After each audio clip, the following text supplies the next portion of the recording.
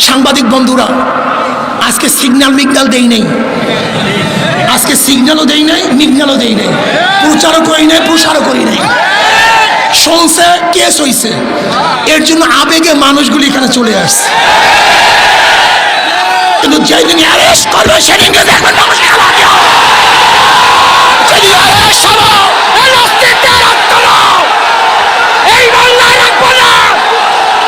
ওইদুল ভাইবের কিছু বলে এ চলবে আমি বাংলা জুড়ে। এ ফজল ভাইবের কিছু বলে এ চলবে আমি বিশ্ব জুড়ে। শেখ হাসিনার কিছু বলে এ চলবে আমি বিশ্ব জুড়ে। শেখ হাসিনার কিছু বলে এ চলবে আমি বিশ্ব জুড়ে। শেখ হাসিনার ভয় নাই, রাজপথচারী নয়। শোনেন, আমাদেরকে জেলের ভয় দেখে কোনো লাভ নেই।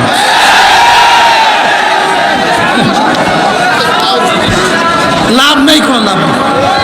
কেন এনার আত্মজীবন পড়েছে, সাহস হয়েছে, জীবনে বহু জেল কেটেছেন, কথা ঠিক না? এই জেলের টেলের কেসের মেসের ভয় দেখায় আমাদেরকে লাভ নাই।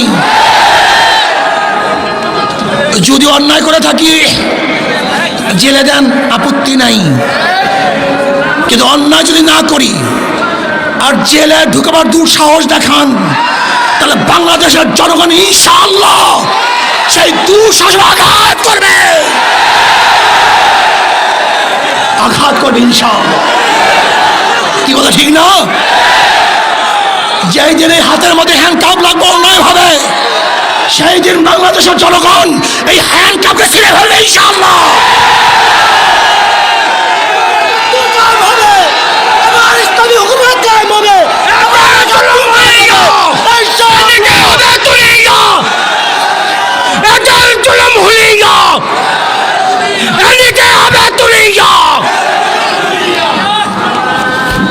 আপনারা ভাবছেন যে জেলের তকমা আর কেসের তকমা দেখালি ইঁদুরের মতো পালিয়ে যাব। ইঁদুরের বাচ্চা পালাইতে পারে, শিয়ালের বাচ্চা পালাতে পারে, ভোজনের বাচ্চা পালাতে পারে, বিলারের বাচ্চা পালাতে পারে, কিন্তু শেখ ফজলুল করিমের সৈয়দ ফজলুলের বাচ্চা পালাতে পারে না, সৈয়দ শাহের সন্তান পালাতে পারে না, ওমরের সন্তান পালাতে পারে না, আবু বকরের সন্তান পালাতে পারে না। মারা যাব, শিরুচা করে মরব, রক্ত দেব ইসলামের জন্য, রক্ত দেব, জীবন দেব ইসলামের জন্য, জীবন দেব, এই দেশ রক্ষা করার জন্য জীবন দেব। সাম্য, মানবিক মর্যাদা, ন্যায় বিচার প্রতিষ্ঠা করার জন্য প্রয়োজনে রক্ত দেবে ইনশাআল্লাহ। নারায়ে তাকবীর, নারায়ে তাকবীর। হবে না। আজকে যারা শেখ সাহেবকে মহব্বত করতেছেন, ভালোবাসতেছেন, আমি প্রশ্ন করতে চাই, তিনি যখন 15 আগস্টের পরে 36 ঘন্টা বসেছিলেন, এই নেতারা কোথায় ছিলেন? এত মহব্বত কোথায় ছিল? এত ভালোবাসা কোথায় ছিল? হ্যাঁ, মাননীয় প্রধানমন্ত্রী এই কথা বারবার বলেন, আজও সেই প্রশ্নের জবাব পাই না যে আমার বাবা পড়েছিল, অথচ এত বড় দল, এত সংগঠন, এত কর্মী, কিন্তু তাকে দেখার মতো কেউ ছিল না। শেখ সাহেব পড়েছিল আর আপনারা তখন ক্ষমতার ভাগাভাগি নিয়ে ব্যস্ত ছিলেন। মুস্তাক সাহেবের মন্ত্রিসভায় কে কে ছিলেন এদেশের মানুষ জানে না, এদের মানুষ দেখে নাই। ট্যাঙ্কির উপরে কি নাচানাচি করেছিল ইতিহাস কেউ জানে না। শেখ সাহেবের চামড়া দিয়ে ঢুকঢুকি কে বানিয়েছিল এদেশের মানুষ জানে না। শেখ সাহেবের চামড়া দিয়া কারা জুতা বানাইতে চাইছিল এদেশের মানুষ জানে না। শেখ সাহেব মারা যাওয়ার পরে বাংলার ফেরাউন মারা গেছে এই ঘোষণা কে দিয়েছিল? কোনো আলেম দেয় নাই, কোনো মৌলবী দেয় নাই, কোনো ইসলাম প্রেমিকরা দেয় নাই, তোদের মতো দালালরা দিয়েছে, তোদের মতো নাস্তিকরা দিয়েছে। শুধু তাই নয়, আমি আপনাকে প্রশ্ন করতে চাই, শেখ সাহেবের জানাজায় কে কে ছিলেন? তার জানাজায় কে উপস্থিত হয়েছিলেন? তার জানাজা কে দিয়েছিল? এই দালালের গোষ্ঠী একটাও ছিল না।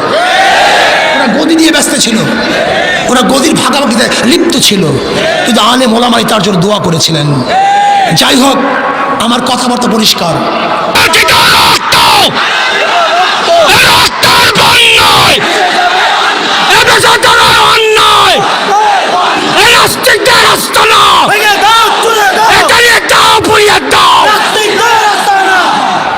যারা আমাদেরকে জেলে দেখার ভয় দেখেন, শেখ সাহেবের শেষ কথা বলি, শেষ করব। একদিন সকালে আমিও রেনু বিছানায় বসে গল্প করছিলাম। আরেকটা কথা বললেই না বললেই নয়, খুব গুরুত্বপূর্ণ কথা।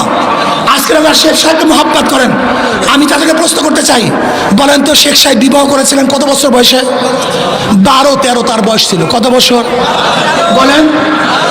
বলেন তো রেনু ফজিলাতুন্নেসা তার স্ত্রী, তার তখন বয়স ছিল কত? 3 বছর। কত বছর জোরে বলেন? তখন তার বয়স ছিল 3 বছর।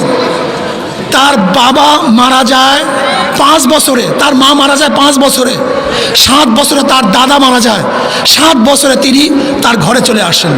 আমি প্রশ্ন করতে চাই, যারা শেখ সাহেবকে মহব্বত করেন, আজকে থেকে সংসদে বিল উত্থাপন করেন, যেমন শেখ সাহেব বিবাহ করেছিল 12-13 বছর বয়সে, আমাদেরকে আইন পাশ করতে হবে আমরা 12-13 বছর বয়স বিবাহ করব।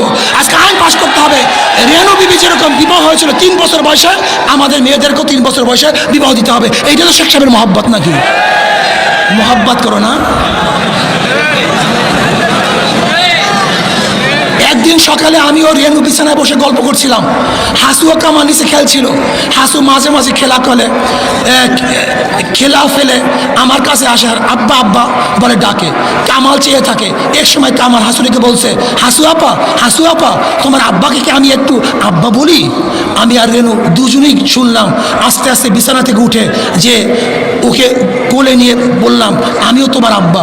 কামাল আমার কাছে আসতে চাইতো না, আজ গলা ধরে পড়েই রইল। বুঝতে পারলাম এখন আর ও সহ্য করতে পারছে না। নিজের ছেলে অনেক দিন না দেখলে ভুলে যায়। আমি যখন জেলে যাই তখন ওর বয়স মাত্র কয়েক মাস। রাজনৈতিক কারণে, শোনেন, রাজনৈতিক কারণে একজনকে বিনা বিচারে বন্দি করে রাখা আর তার আত্মীয় স্বজন ছেলে মেয়েদের কাছ থেকে দূরে রাখা যে কত বড় জঘন্য কাজ তা কে বুঝবে? মানুষ স্বার্থের জন্য অন্ধ হয়ে যায়। আমিও শেখ হাসিনা সরকারকে বলবো, আপনিও স্বার্থের জন্য অন্ধ হয়ে যায়েন না। আমাকে এবং আমাদের সবাইকে এই স্বাধীনতা পালন করার তৌফিক দান করেন। আমার জন্য দোয়া চাই, আমিও দোয়া করি। সজাগ থাকতে হবে, চৌকান্না থাকতে হবে। ডাক পড়ার সাথে সাথে গোটা বাংলাদেশকে অপবিত্র করতে হবে।